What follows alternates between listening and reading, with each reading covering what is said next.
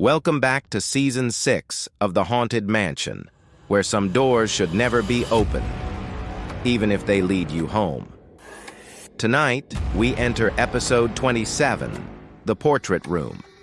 The old mansion creaked and groaned around Aria, its secrets whispering from every shadow-draped corner.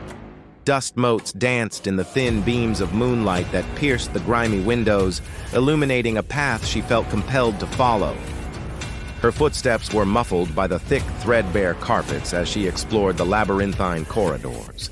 She'd tested every door, finding most either unlocked or swollen shut with age. But one, at the end of the West Wing's longest hall, was different.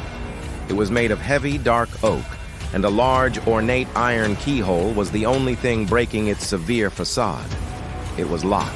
A strange pull, a current of cold air that seemed to emanate from beneath the door, drew her closer. It wasn't just curiosity. It felt like a summons, a magnetic force she was powerless to resist.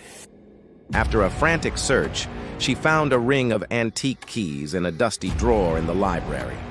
One by one, she tried them, her heart thumping with a mixture of fear and anticipation. The third key slid in smoothly. With a heavy, grating click, the lock turned. The door swung inward on silent, well-oiled hinges, revealing a room plunged into darkness.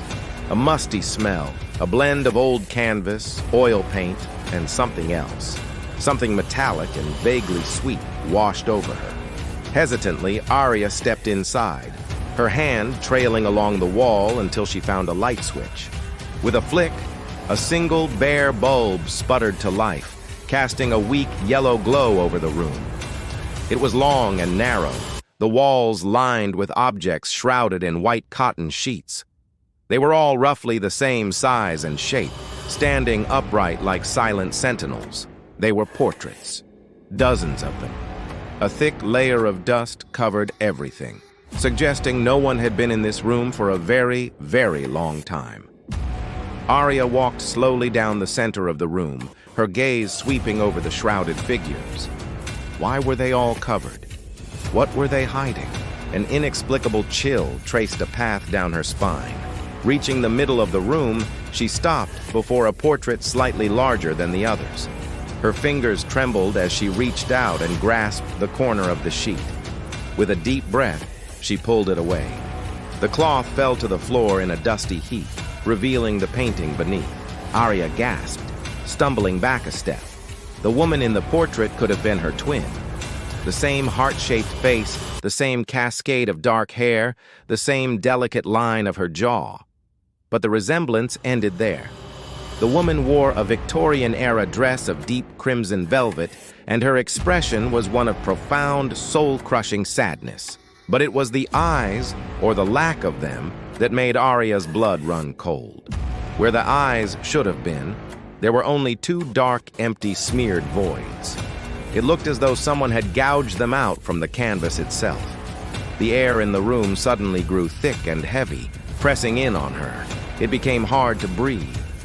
A low hum vibrated through the floorboards, a sound she felt more than heard. Panic began to claw at her throat. She had to get out, but her feet felt rooted to the spot. Her eyes, against her will, were drawn to the next covered portrait. Her hand moved on its own, a puppet on a string, and yanked the sheet free. This time, the scream was trapped in her throat. The portrait was of her, not a historical doppelganger, but her, right now. She was wearing the exact same clothes, the blue jeans, the gray sweater. Her hair was messy from her exploration of the house, just as it was now. The background was this very room, the single bulb hanging overhead. The only difference was the look on her painted face, a mask of pure, unadulterated terror.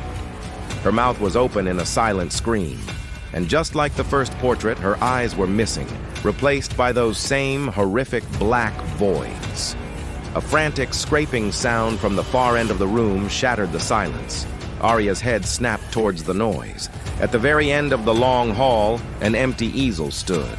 On it rested a fresh blank canvas. As she watched, paralyzed with fear, a dark, viscous liquid began to bubble up from the center of the pristine white surface. It looked like thick, black paint, or maybe blood. The substance began to spread, to move with an unnatural intelligence. Lines formed, shapes took hold. With horrifying speed, a face began to emerge on the canvas. Her face.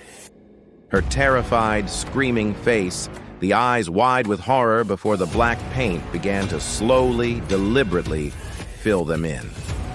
Want to uncover the full story and learn what happens next? The saga continues in our full-length collection. The link is right here on the screen. Scared yet? If you crave the darkness, subscribe and follow for your next dose of horror. Thank you for watching.